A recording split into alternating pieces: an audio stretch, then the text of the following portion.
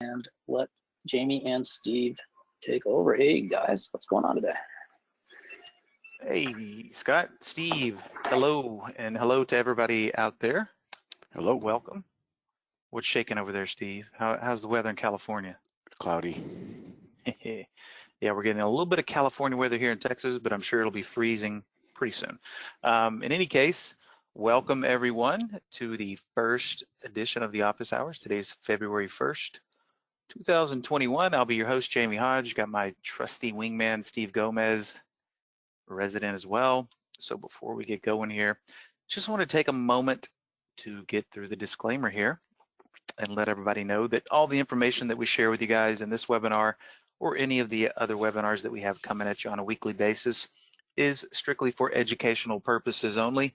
So if you need investment advice, what to buy, when to sell it, all that good stuff, please do yourself a favor and seek out a licensed individual, someone like a Series 7 stockbroker or financial advisor that can legally dispense that type of information to you. Always like to start off at the top of the hour here, talking about the community that we fostered around the great technology that is TI Pro. All kind of starts off up here in the upper left-hand corner with the trading room hosted by Barry Anderson. The cool part about the trading room, other than Barry, is the cost of entry, which is free. If you've done your shopping around online and checked out all the different trading rooms, probably realize that most of them worth their salt are not free. Is not the case here. Matter of fact, you don't even have to have a TI subscription to get in there and participate in the trading room. So it doesn't matter if you're a beginner, intermediate, or advanced. There's something in there for you. So if you haven't been taking advantage of the room, by all means, create a login, get in there, be part of the community. Mondays, you get myself and Steve for office hours. Steve's going to take the steering wheel on Tuesdays for the trade of the week. Mr. Andy Lindeloff's going to ride shotgun with him. Wednesday rolls around, bring in our CEO and founder, Dan Merkin, along with our Chief Technical Officer, Brad Williams. Always fun with those guys, typically giving you peeks at new tech coming down the pipeline. Andy's going to round out the 5 p.m. Eastern webinars with the Trading Studio, and I'm going to ride shotgun with him. And of course, our ever popular daily support session, which kicks off every weekday from 12 p.m. to 1 p.m. Eastern. The next slide you'll see will show you how to get there. This is a static URL down at the bottom. All you have to do is go to trade-ideas.com/live, bookmark that address, and it's the same bad time, same bad channel every weekday. So a great place to get your questions answered live with a nice visual. One of 5 different trainer people will be in there hosting each and every day. So it doesn't matter if it's something very simple or something complex. If it's TI related, that's a great place to go get your questions answered in real time. And of course, education, education, education, it never stops. And the TI University video series is a great place, especially when you're new, to get over that learning curve a little bit quicker. A wealth of information in these 4 videos, especially if you're new. 101, 201, 301, and 401. These are all available on our YouTube channel. And if you guys would give me a second here. Well, sorry about that. I got to turn off. Englishman? Yeah, he's chirping in my ear. Now he's gone. Okay, moving right along. Yes, these are all available on our YouTube channel, 101 through 401. So if you haven't sat through these and you've signed up recently, highly recommend it. If I can get my pointer to work here properly. Always like to give people a peek at our growth in the form of Trade Ideas accounts, going all the way back to 2014 over here. And of course, one of the key pivotal moments is when we introduced our first AI module way back in the beginning of 2016, and you can see what has happened since that point in time. Second quarter 2020, we've had Q3, Q4, now we're into Q1 of 2021, and the trend is continuing. So we'd like to thank everybody, because without you guys, we wouldn't be seeing this phenomenal growth. here we are, ladies and gents, to the topics of discussion today. Going to have a little of the same that we always do, talking about where the markets have been. And I don't need to tell anybody that last week was some crazy stuff that no one has seen before. And it's definitely had ramifications on the market. And of course, we're going to get on into Holly. Holly had a great day today. A lot of good trades in there. Some conservative, moderate spread to be had. There were some great add-on opportunities, and well, I think there was one good trade around. But before we get into that, how about I kick it on over to you, Steve, and we can take a look at the overall market action and the craziness that ensued. All right. Make sure I'm off mute. Looks good. All right. So as usual, I'll talk just a bit about what's going on in the general backdrop of the market. You know, last week, if we just count back a few days, we had a market that just was just above all moving averages and never really found a reason to want to go down. But as I said, you know, there are goofy things that can always creep up, black swans or what have you. And like Jamie just said, what we saw last week was really unprecedented for a lot of people. Had not seen that kind of stuff before. So that kind of put the market on notice that maybe everything's not as hunky-dory as you think. And the price action kind of confirms that jittery feeling out there. Big gap down and a close very low on this day right here. But let me just add, sometimes when the market is looking, I'm not going to call it a top, but I'm saying it's acting like it might want to be a short-term top here, and I'll explain again why. You know, the volatility increases. You get the chutes and ladders. For those that are over 45 years old, remember that board game, slides and ladders, and the volatility increases. And some of the most vicious rallies, this is the big point here, some of the most vicious rallies can occur in a changing market that might be getting ready to move in a different direction, because you've got all these people, the mentality of the herd here, bar a couple of examples we have back here of what we've got now. For the most part, the market did recover, but we've got a lot of people who are conditioned, and that's the operative word. They've been conditioned to buy these wicks, these bottoming wicks, buy the dip, buy these dips intraday, buy these dips right here, buy them up, it just works.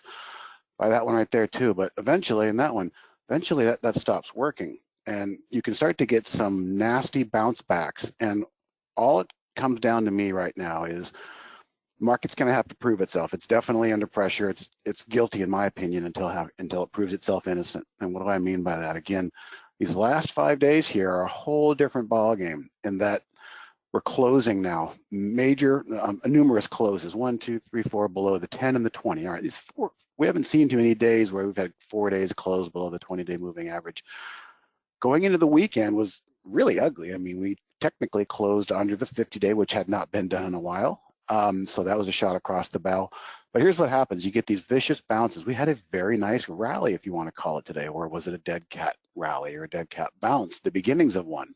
I'll get back to that one in a second there. But I've talked about when you break those moving averages and then they try to bounce back up into them, it's almost like a net or a netting, or as I call it, the armpit. It's literally tucked up here under the armpit of these two moving averages. And what we need to see, what I need to see, is building, 2 or 3 days of closing back above those key moving averages. What is more likely to happen, in my opinion, is we're just going to get hung up here. Now, let's move over to this guy. The blue line that you see is a line that I've been using for a while. It's the 130 candle average for a 5-day average, which happens to be 130 candles on a 15-minute chart. And I like my 15-minute charts. And this blue line kind of tells me who's in control for the moment. It's not a macro picture, but it kind of waxes back and forth. And this was very interesting. On Friday to the T, sorry, that was Thursday, the 5-day average grabbed hold of the price and slammed it back down to a new low. Well, where did we bounce into today? Roughly under that 5-day moving average. And we might be a little bit lower after hours, I don't know, but this is also, I think, significant. Let's move over to the Nasdaq and see how it corresponds to the Nasdaq. very similar. And you can see today, if you guys were watching the Nasdaq, and it was just grinding at this level for a few hours. That level just so happens to be that 5-day moving average. And so this is a perspective I like to use, the 5-day moving average. Sure, I could put it on here, but it would just get really messy, and that doesn't tell me much. This is the perspective that's interesting. And for those that might want to do that, all you have to do is put a 15-minute chart together, go to indicators, add an RSI, and make that SMA, a simple moving average, and make that simple moving average a value of 130, and you're good to go. And you'll have this kind of a pullback, if you will. For those of you who live and die on each tick, you could probably do yourself a little favor to pull back sometimes and look at this bigger picture. It's definitely showing something. So I'm still in very cautious mode. Let's go back over to the Nasdaq's daily. Bit more of a bounce than the S&P put in, but then again, the Nasdaq has led us higher for the most part this whole time. But it did close above its 20, but look how it got kind of caught up there in that 10-day moving average. And then again, if we shift perspectives, we can see that 5-day rolling moving average kind of had a say in it as well too. So if the Nasdaq can start to build tomorrow and move higher off of this 5-day moving average, then a lot of the stuff I'm talking about here might be moot, but we'll see.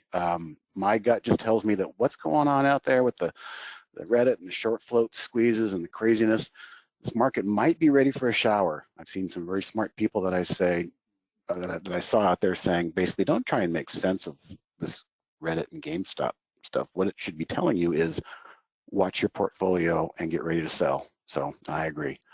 That's pretty much all I got, unless you want to add to any of that, Jamie. No, that's a good observation, Steve. I mean, there's rumblings under the current surface, so to speak.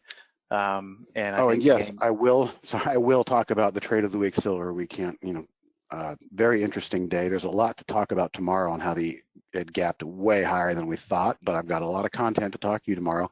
Let's get another day's worth of data in there and see if this tail can hold up. This volume is incredible. It's a very volatile trade, and it requires a lot of moving space back and forth. So some people weren't really keen on the idea, but they don't have to participate. But I'll talk more about that tomorrow. Good stuff, Steve. Good stuff. But yes, I concur. There's definitely, the whole GameStop short squeeze bonanza has definitely caused some volatility. Let's do one more thing before I give it back to you once my system unfreezes here. Since I was talking about the 130 average, that puts a lot of perspective into GameStop today, all right? And what I mean by that is coming into, midday, boom, for the most part there, and then an attempt here, but we're fading. So I think the GameStoppers have lost their 5-day average. That's not good. And, people are, yeah, YOLO, I'm in it forever. And then they secretly, they go and they hit the sell button and they take their profits. It's very hard to keep everybody in the trade. But the point is, once that was broken, and I think it was, this is the next support level. So I think, I just feel like that's in play for GameStop, something like that tomorrow, if anybody's interested. All right, that's it. Yep. Looking a little grim for the longs in GME. Okay, let me grab it back here. Very good. Thank you, Steve. Good stuff as always. And just along the same lines there, just happen to put in a few arrows here. The first arrow over here with the wick candle is the 25th, which was approximately 1 week ago in the last office hours. And then, everything looked green. We got that big wick on that candle, and we got a higher, a higher all-time high. But then the next day we got the big gappy. So, Steve and I were talking about the whole GameStop fiasco, but I just kind of want to put things in perspective here, just to refresh everybody's memory. Here is the 25th candle on GameStop. Okay, so it seemed at that point in time last Monday, that's when the big surge hit. And you've heard myself, Steve, Andy, Sean, I mean, everybody talk about short squeezes, short squeeze windows. I mean, Steve's the one that authored, I think you authored Squeeze Me, right? The top list, Steve. And everybody's always looking for that nice short squeeze, and they'd come along every so often, and it was always great if you could get in there and participate when the squeeze actually occurred. But to see the squeeze mania that ensued after GameStop, because everybody started hopping on all the highly shorted floats, so they all went together in unison. So anytime you have that, flipping back over here to the SPY, it looked ready for liftoff. We did get a new high, and then the madness ensued, and then we had this downside action here. So couple of different theories out there, but they both kind of make sense to me. And that is, when you have such huge moves happening on a heavily shorted stock, and you got people like the big hedge funds taking it pretty hard, okay? You saw the whole Robinhood fiasco where you can only trade one share of GameStop. They're having to raise money in the amount of billions, okay? So what happens when people start wanting their money out of these funds? Well, they have to liquidate, and they typically have to liquidate some of their higher quality profitable positions to accommodate those liquidations, right? A good point that goes right with my thesis. I forgot about that, Jamie. Right. So you got two sides of the coin. One side is, especially, I'm sure everybody's been reading the same stories that we have. I was exposing the dark underside, the dark underbelly of the securities world, and I think that's true. Only because I've been in the business, just as Steve has, for a very long time. We've seen a lot of kind of shady stuff. But it doesn't matter, because whether you think the market makers or the hedge funds colluded to bring prices down in hopes of GME and all these other highly shorted stocks that have been ripping up, bringing them down, or whether it's the liquidations, it doesn't matter. They're both valid theories, and probably a little bit of both is true. So definitely fitting the definition of what we would call a black swan event. Just one that it would have been hard to predict something like this, just as they all are. That's why they call them black swans. They come out of nowhere.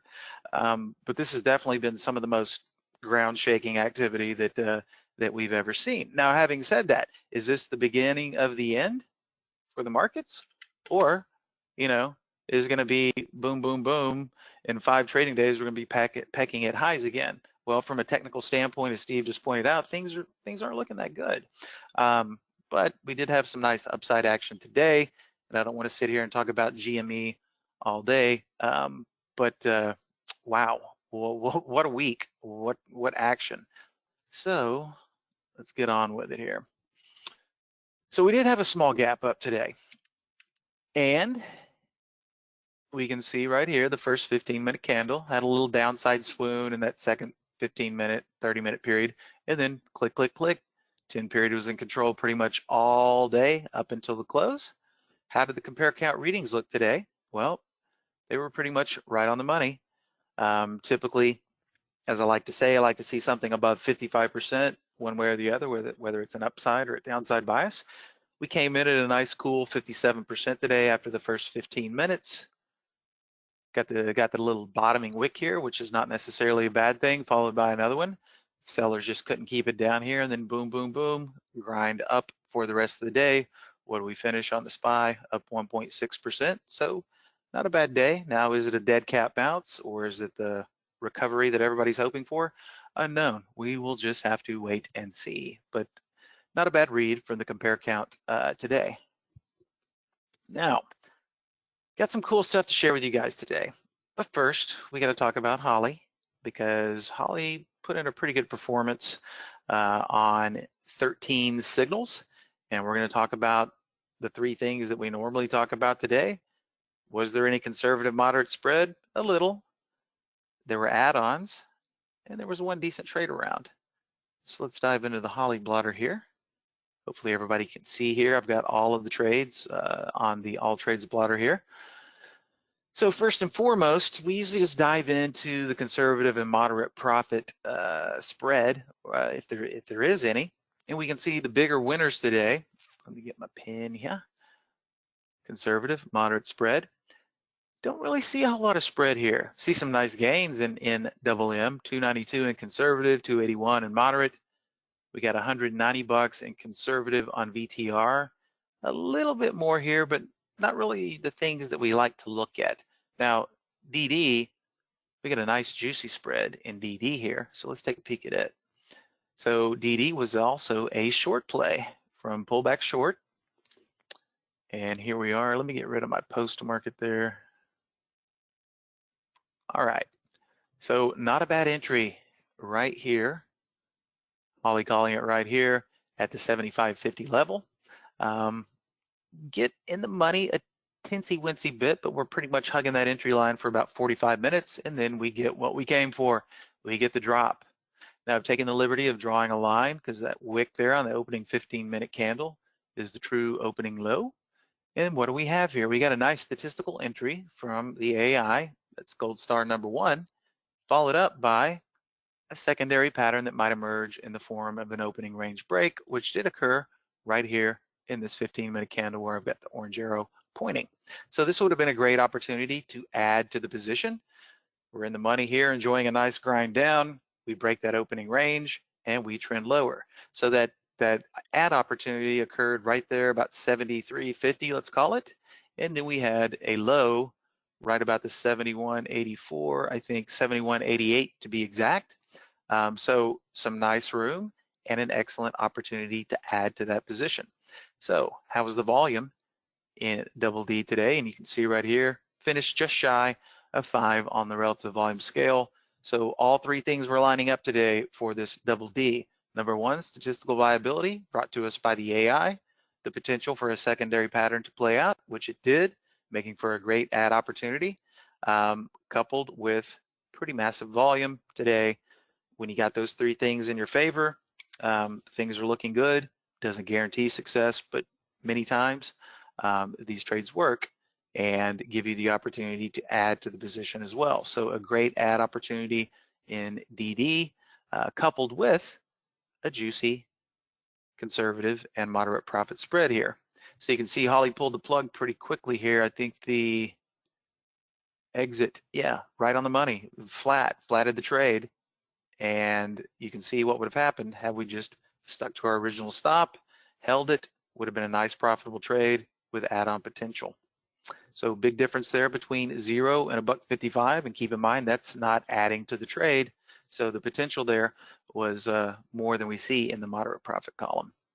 So that's about the only decent spread. Now I take that back. I mean, 22.50 and 73. I mean, we're looking at a 3x multiple there, even though the numbers aren't that big. And by the way, all of the numbers that you see reflected in my blotter here are based on risking $100 per trade. So not bad on Snap. Coming late in the day, right after, coinciding with this opening range break here, which I also like. Volume not quite as big in Snap, only finishing the day at 1.33. But we can see here, Holly rides it up to here, just pulls the plug. More than likely a little, oh no, that was actually a timed exit. Okay, so just doing what she was programmed to do. This kind of looks like what would typically be the case in a profit save, but the timed exit came. All we had to do is be patient and go, you know what, this thing's grinding up all day. We're getting a little sideways consolidation, which isn't necessarily a bad thing. And then we finish higher going into the close. But what a nice tame little area. Even, for you scalper oriented people, if you're holding till the end of the day, what a great little opportunity to play this range break here for a little bit of extra sauce at the end to finish off the day. I don't know what happened there. My blotter blinked out, but it seems to be back now. So even though the numbers are small here, not a bad spread between conservative and moderate. And once again, just to reiterate, all you have to do to take a little bit more risk is ignore the AI's exit signal, assuming you like what's going on with the chart. The case for Snap today was smooth sailing. Once again, that 10 period, which is the green line, in control all of the day. Now, let's go back to these larger winners here because they also presented some very good add opportunities. And I think for those of you who are familiar and have seen this time and time again, just like I have, you know exactly what is lined up here. All right. What a beautiful signal from Holly right here at 1380 after we've had 1, 2, 3, 4, 5, 6, about an hour and a half of sideways action from the open with a little bit of a gap, not much. When I see these small gaps and these consolidations, my eyebrows perk up all the time, especially if we get the signal early from Holly, which we did here, 1380, all right? Check out how the volume closed in NMM, almost 7, all right? So the volume was there. We get statistical viability from Holly with the potential for an auxiliary pattern to play out in the form of the opening range break, which it does right here. So in the next 30 minutes, you had, boom, opening range break, a great opportunity to add to that position, and then the biggest move of the day occurring in the following 1, 2, 3, 4, 5, 6, about an hour and 45 minutes. The biggest move of the day happening on that second pattern that unfolded there. So once again, you got 3 very positive things occurring: statistical viability, big volume, auxiliary pattern playing out for a nice add opportunity in NMM. Just a beautiful trade on the intraday time frame. Just beautiful. Also, VTR, more of the same, not quite as beautiful as NMM, took a little bit longer to play out, but the story is the same. Basically 45 minutes in, we get the buy signal here, and then we consolidate sideways for most of the day, not really getting down here and getting dangerous to the stop area, kind of ebbing and flowing through the entry line here. But what happens? That auxiliary pattern plays out once again. We get the opening range break later in the day. A lot of the times they happen early, but they can happen later, just like this one. This was also a great opportunity to add to that position. Statistical viability, secondary pattern unfolding, decent volume, not near what we saw in NMM, but a good 50% above average. And sometimes that's all it takes. So between NMM and VTR, some great add opportunities. You could really leverage those trades. Same thing with double D, a little bit of short action on the block, not bad for snap either. Now, when it comes to trade arounds, we had an interesting one today in CIM. Now, keep in mind, these look like pretty hairy moves here, but when you consider the fact that up here, the buy signal came at 10.18 and the bottom down here was 10.02, that's only about a 16-cent range in there. So what happens here? We get the buy signal here. In the next 45 minutes, boom, we get stopped out. Happens, right? But then what did the stock do and how did it react the next time it encountered the stop area right here? Well, first and foremost, we got these wiki candles. This guy, you know, at first glance, as this one was unfolding and these guys had not appeared yet, you're thinking to yourself, okay, that's kind of a bullish signal if I'm thinking about watching this one, but we can sit here and try to read the candles, or we could just set a price alert at the stop area. That'd be the simplest way to go about this and keep it on the radar. So we set a price alert through the stop area. It either gets back there or it doesn't. If it doesn't, who cares, right? But in this case, once we see, you know, if we set that price alert, we see our box flash, we're like, ooh, CIM's made it back up to the stop level. And then we're seeing these 2 wiki candles in retrospect. That's definitely a sign that the buyers are trying to take control again. Then we get the we reclaim that stop area, and then basically we get one of the larger moves of the day, going all the way from the stop area back to the entry and then higher, all right? At that point in time, then it's just about risk management. Do you want to take it all? Do you want to try to keep half for a move higher? Which if you took it, great. If you kept half for a move higher, you made a little bit more heading into the close. So keep that in mind when you see the AI get stopped out. Never hurts to go in there and set a stop, or excuse me, a price alert at that stop area. Watch how the stock reacts around it. And if it gives you a setup like this or makes you feel confident, or maybe it ebbs and flows around the stop area, that's also a good sign too. So that's what we call a trade around, or what you might call, to use the parlance of Steve Gomez, the second mouse gets the cheese. And that's about it for Ollie today. Otherwise, we had a nice target hit in this ARQT, and then it was over and done. If you tried to hold it, it got a little bit messy, but a nice target hit before it got weak. All right, ladies and gents, we're going to move right along to the next topic here. I see a couple of questions coming through here. Mike caught FLGT. Good deal. Yeah, I've been seeing that one come through a lot. And Sanjay, I'm assuming your question is AI related, how it behaves with large cap company stocks. Well, we just have to go through and see what the market caps were and then, observe. Sometimes we get the higher market cap stocks coming through, sometimes it's the low cap, but just keep in mind, it's all dependent upon which strategy is producing the trade here, right, from the strategy panel. All right, so saw a question coming in earlier about something that I kind of teased last office hours, which was the scan that I was working on about predicting gap. And when I say predictive gaps, most of the time, if we just pull up the SPY today, yeah, we got a gap. And most people that play gaps on other equities are just playing the gap after it's occurred. In other words, okay, the stock gapped up a certain percentage or gapped down a certain percentage. I think it's going to fill the gap. I think it's going to have a false gap retracement, but we're playing it after the fact. So I got the idea in my head not too long ago. Okay, well, let's try to figure out a strategy and predict the gap with statistical viability, right? And I've been watching this window. I'll pull it over here and just kind of give you guys a peek and share my experiences with it. Like, this is a good example here, all right? Now, this one's not ready for prime time yet, and I'll tell you why.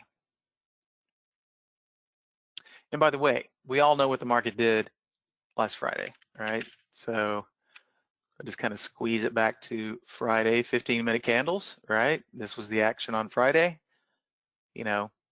Probably wasn't a very good feeling taking home long positions, okay? But I ended up taking home, I think this window produced 6 plays from 12:30 to the close on Friday. And, I went back and I reviewed the days and how did it perform when the market was down, which you'll see here in just a moment. But it didn't give me reason for pause, and I'm doing these trades on a micro lot in a commission-free environment. So I'm like, you know what? Real-time experimentation is the best, I think. So we can see here the performance over the past, and I think these are 40 days here. Oops. Hope if I went to the right tab. Yeah, 40 days. Okay. So, not too worried, right? And keep in mind, I've been having to hit these manually. Okay. The entries aren't bad, okay? Actually, because of the alert that I'm using, running down, which is looking at the 1-minute time frame for a quick move down on the bid, stocks that are going up take pullbacks. I'm thinking to myself, well, in order to get better pricing on my entries, I'll use running down, buy the stock when it's pulling back. And I was very pleased with the fills that I've gotten on some of these things because I'm either getting the same price or a little bit better, right? So that's a good thing. Now, where the problem comes in, and this is going to be based on my exit. Of course, oops, I just ran the odds for the wrong, that should have been 1 day. Let me rerun these, and we'll take a peek again. The issue lies in the getting out phase, okay? Because as you all know, we've just released E-Trade and Ameritrade brokerage plus versions, but there's still a little bit of bugs to be worked out. So the bottom line is this: until I can get access for my exits on, and once again, you'll see here at the open. Well, the open means the open. The open doesn't mean wait 5 minutes and see what happens, right? So you got to get out pretty quick. So I've been making good entries, but when you have to get out of even 5 or 6 positions on the open and you don't have a key that says, boom, get me out of all these guys, or throw out offers on all these guys, you can miss a lot, okay?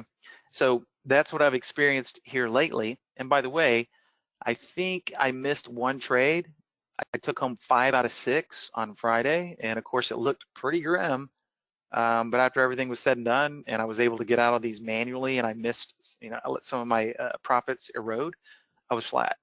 So that gives me confidence that the strategy holds up even when things look pretty grim in the market sense, because we all know that it doesn't matter. On a down day, there are plenty of stocks going up. When the market gaps down, there are plenty of stocks going or gapping up, but it's how do you find them, okay? So this one is still a work in progress, and it's definitely something that you'll need Brokerage Plus to assist you in the exits with that functionality, right? Where we can just highlight all the longs and say, get me out.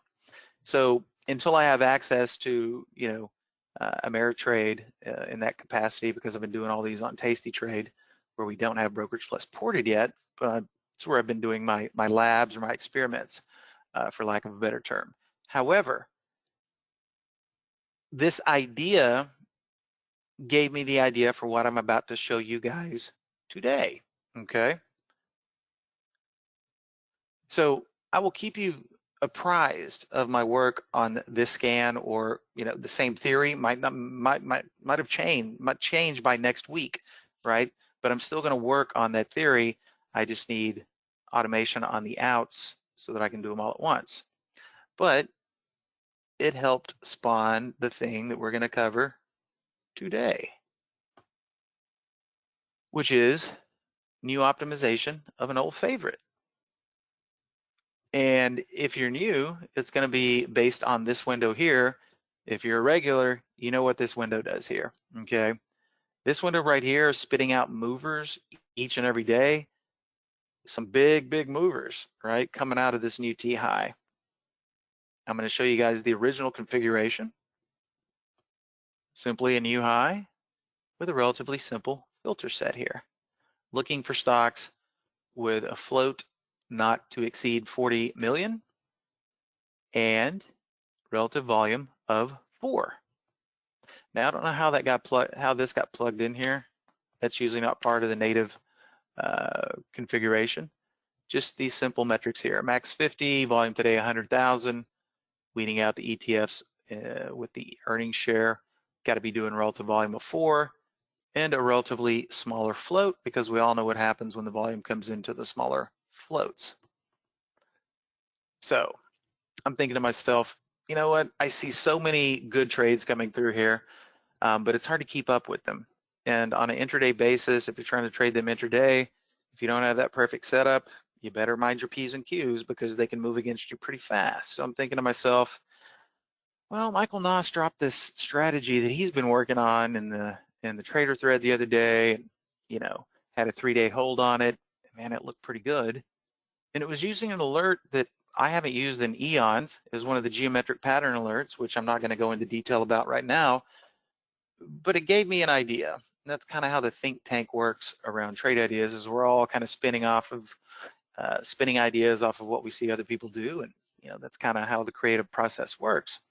So what I did is I optimized the new T high window for a 3-day swing trade, and I'm going to walk you guys through the optimization process here. So what did we do first? Well, let me just check my settings here, make sure we're looking at the right thing. We're going to start 45 minutes after the open. We're going to shoot for a 3-day swing trade. Get me out at the open after 3 days. Risk management, you could put something in here, but it's when you're holding for multiple days, it's kind of pointless, okay? Because a lot of the times what we're doing on the open is pulling our stops for the opening 15 minutes if you're a stop person, and that's different for each and every person. Typically the only time I'm going to put a stop in is if I have to get up and leave, and I don't want to take the risk of something going against me severely. Otherwise, I'm just sitting here watching my trades and getting out accordingly if those areas are breached. On advanced, we're just doing a 40-day back test. Nice and simple, right? So if we ran that scan, let me just make sure I did the alert swap there. Yeah, okay. So first and foremost, what I did is, okay, chasing these things hitting new highs, because I'm primarily watching these for range breaks, which the new high does its job quite well. But for swing trading, if I'm chasing all these things, it's probably not going to work out too well, and I know that because I ran the back test. But stocks that are in play, especially doing over 4 on the relative scale for volume, they're going to pull back. They're going to pull back pretty good, right? That's what makes them so hard to trade on an intraday basis, right? This is the wiggles, right? So I'm thinking to myself, well, okay, let's use the running down now as our entry signal. So we're buying them. Maybe it's a small pullback, maybe it's a big pullback, but I'm a lot more comfortable making an entry on these stocks in the pullbacks than I am chasing highs. So first and foremost, just came in here, swapped out the new high alert for the running down now. Then what do? We just go run that back test. Let's make sure we got everything the same. Market close after 3 days, not putting a stop loss in play now. And then we run the scan.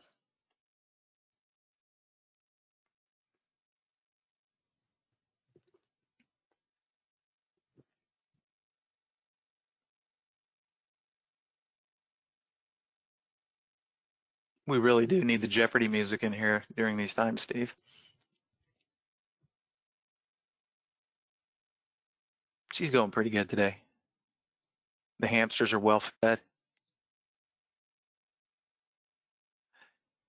You know, Robert, I could throw that one out there, but I don't feel the cake is not baked yet. So I really don't want to throw that one out there just yet.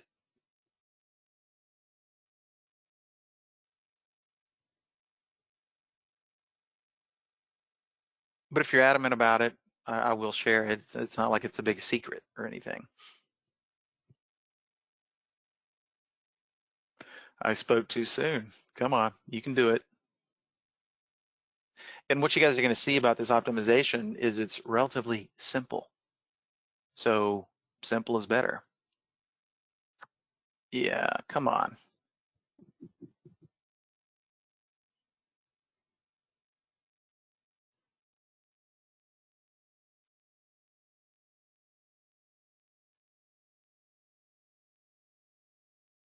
Yeah, this reminds me of, you know, if you have kids and company comes over and the kids act up, well, when you're trying to show and present in a webinar, you want to do a back test, the back test acts up. Okay, so not a bad scan, just boom, right off the bat, right? Using that running down alert with the existing filter set. So you're thinking to yourself, hey, that's not bad at all. Okay, but check out the trade count.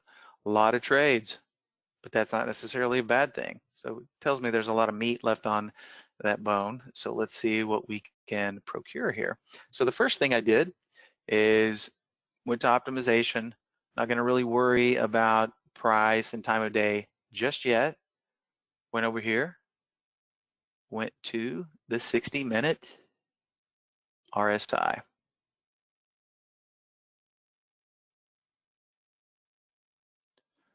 And let's see here. What did I do? 10 and 54.59. Don't tell me that RSI is already in there. I thought I took that out earlier. Okay, my bad. We got to get rid of that. Okay, let's do it one more time and hopefully the hamsters are nice and primed. But the bottom line is this, I only added 3 filters through optimization to the scan, and hopefully after this spin, we can get there. I thought that scan looked a little too good off the bat, right off the bat there, and it's because I'd left the original RSI setting in there. I must have saved the wrong one.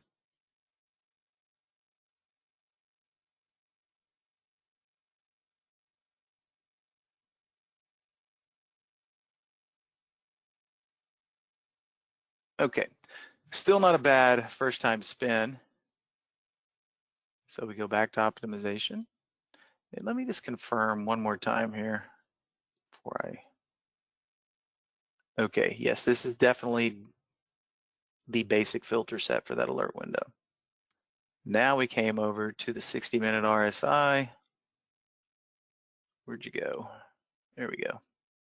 Okay, let's chop it up into increments of 5. And then where did I go? 10 to 54.99. So what I did here, you know, this seems to be the curse of me and Andy. I wrote down these steps methodically, which one I did first, which one I did second, which one I did third, but this isn't looking like what I remember earlier, and I'm trying to figure out why. Let's just go 10s. Because I wrote my settings down here, 10 and 54.99. Okay, well, we're just gonna go ahead and plot on through here. Can't help you. I know. Don't worry. It'll be okay. All right. So just so you guys know, this was the first optimization that I did right here. Changed RSI to a minimum of 10 and 54.99. So I tell you what, since I'm losing my mind or there's a glitch, what we're going to do is this. We're going to back out of it. I'm going to duplicate this guy. We're going to leave the RSI setting in place so that we can then go on to the other two optimizations that I made, which was position in 20-minute range or 20-day range and the max price that you can see right here.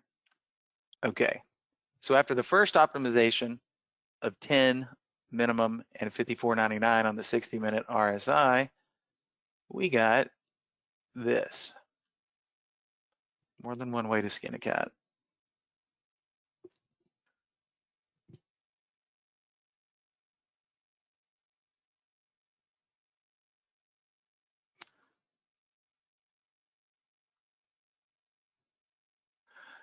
I'm not sure where you're seeing hours of trading there, JJ.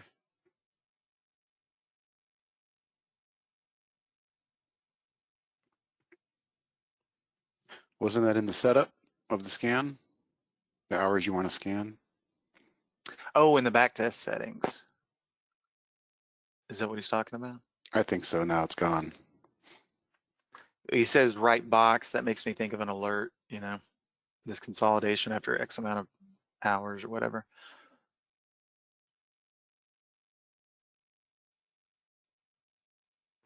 Well, he did mean an alert, so I'm not sure. Yeah, he's probably seeing one of the alerts that are not active. Okay, so after that first optimization there, and by the way, you're probably talking, JJ, about what you see here, right? And that is if we have a quality column in use, and we see a triangle bottom, it's going to tell us how many hours it took for that pattern to form. Right, okay. All right, back on topic here.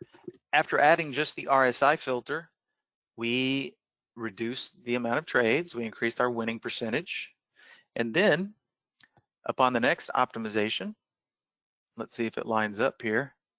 Probably it won't, considering the way things have been going, is the price action. Okay, this makes a lot of sense here because what I did next is check out these levels here. Okay, stocks, well, they're on a stocks at 0, but stocks at a very low price up to $4.99 have a very high profit factor, 3.4. 5 to 9.99 had 1.85, and 10 to 14.99 had 2.43. After that, we drop off severely. We get some pockets of good performance down here, but the trade count is insignificant.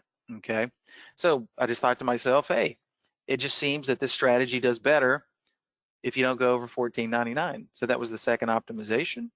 Just capped it at 14.99. Easy peasy. Spin the wheel one more time. See how many trades we knocked off. See if we improve performance. And then we just have one more to go here, which deals with the 20-day range.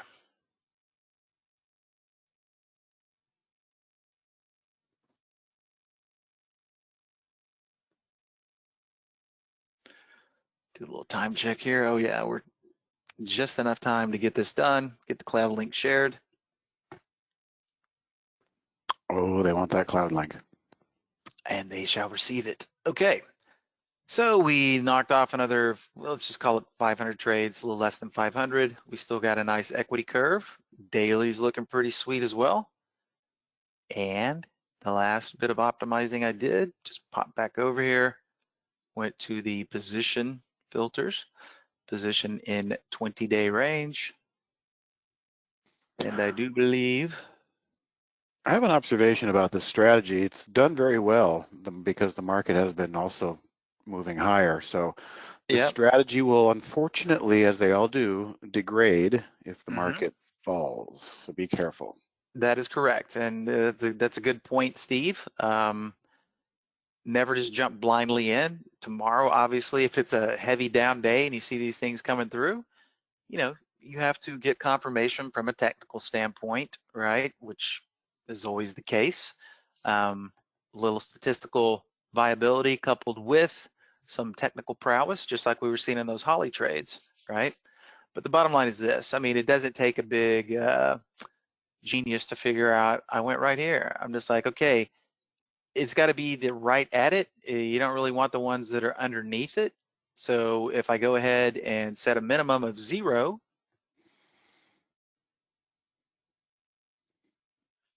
and a maximum, I think I went down here to 79.99, capped it out here, then that's the final product. So when we run the back test on the final product, As you do that, Pedro is a star attendee. He asks, well, then could you not do the inverse for down days or down markets? I was thinking the exact same thing, and I think you can. Well, you would use the same approach Jamie's doing now, but you would flip that scan. You'd use the flip button to invert the whole scan and then start back testing that version. Right, and I'm gonna throw out a theory here. If I flip the scan and then short it, it won't look good, but if I go long, it'll still make money. Just because of the nature of the market. I mean, yeah, we're having some ebbs and flows, but we're not in a bear market yet. Okay, so here's the final product. Keep in mind, we back tested 40 days, 433 trades. So could be 10 trades, could be less. When we look at the calendar here, you'll see 8 trades, 4 trades, 11, 6, 12, so forth and so on. When we look at the daily, that's not a bad daily, okay? Few days in here where you lose. Notice the dollar amount. I'm only investing $1,000 per trade, and you're having some pretty good winning days. 1,700, almost 1,800 on the biggest winning day, not quite 400 on the biggest losing days, but a nice winning streak. And the losing days typically come in pairs, or excuse me, increments of 1. So just as Steve was saying, it's been doing quite well, but it might fall apart. Any strategy could fall apart at any time based on market conditions. So one tell might be, hey, if this thing puts in 2 losing days in a row, that's definitely something that has not been happening, right? But in the meantime, what I will say is the relative volume about these things, okay? Could be a down day, but if we were to go back and look at what the S&P did on all these days, probably one of those days is going to be a down day, and it's the volume that's there that makes these things special, okay? So keep that in mind, and of course, don't jump in blindly. Check out the plays as they come through. If they look good from a technical perspective and the market's not getting beat up too bad, it might be worth taking a stab at. All right, so here is the cloud link. Oops, there we go. What do we call this? High volume swing du jour. And there you have it. Let's see here. We got about 5 minutes. I'll tell you what. Let's just do a quick little look-see here on that inverse theory. We're going to duplicate it. We're going to configure. We're going to hit the old flipperooski. And well, did that flip it? Yep, it did. And backtest short.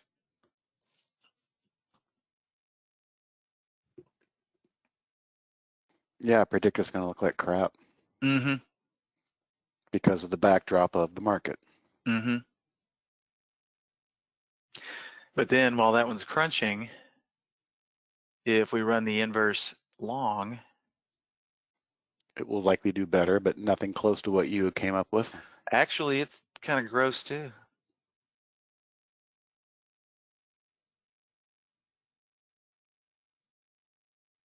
But yeah, just flipping and going short. Not looking too choice here. Of course, we could get a surprise and see some big, huge spread between winner and loser, but Somehow I doubt it. I think you'd have to start from scratch with the base metrics and running up alert and then re-optimize from that point on. Ooh, yeah. And then if you're buying these, you're chasing. I mean, with running up, you're chasing even worse than you would with new high, right? And if you're still trying to buy these, interesting. Lower win percentage, but there is a spread. Huh. What do you know?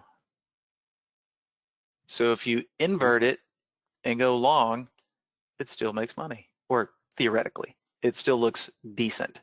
So yeah, there you have it. But anyway, I hope you guys enjoy that. It's definitely one I'm going to keep my eyes on for the remainder of the week. See what happens. Since you've done this twice now, I'm going to offer you a little something maybe to improve on it. It just kind of occurred to me that will help with anticipating gaps. That's the ultimate objective here, right? Well, this window is not anticipating gaps. Oh, that one's not, okay. This window is the anticipating gaps, which kind of gave me the brain fuel. Okay, well, I have an idea for anticipating for gaps. Yeah, we'll run with that for next week, perhaps. All right, very good. We'll put that in the hopper. Mm-hmm. All right. Want to thank everybody for taking the time to pop in here and hear what we have to say. We know you're busy and appreciate it. So Scott, if you're ready to let everybody know how they can save money on a new sub or perhaps on an upgrade, we're ready for you. Yeah, right on. Thanks. Yeah, a couple things on the way out. Make sure you get our ebook, Earnings Season's Happening. So get trade-ideas.com/earnings. Download that. It's got some strategies you can import directly into your layouts. We also have a podcast. Go ahead and search for Trade Ideas Podcast wherever you listen to your pods. Make sure that you add us as a subscription and grab the newest one. There's an interview we just launched a week or so ago. So do check that out. And check out the previous episodes, and there'll be a new one coming out soon. As a code, opportunity, it's good this month. Save 15% off your first month or year of Trade Ideas. You can also use this to do an upgrade and save. You can find Jamie on Twitter at QuantBot. You can find Steve at Today Trader. Also find at Trade Ideas. Trade Ideas Pro is the Facebook handle. And send all your questions to info@trade-ideas.com. That goes to our help desk software and helps you get the assistance you need as quick as possible. So the recording will be up later on tonight or tomorrow, and you get an email from GoToWebinar with a link to the playlist so you can watch this webinar again if you missed anything. Thanks, Jamie. Thanks, Steve. Have a good one. See you tomorrow. Thanks, everybody. See you tomorrow. Bye-bye.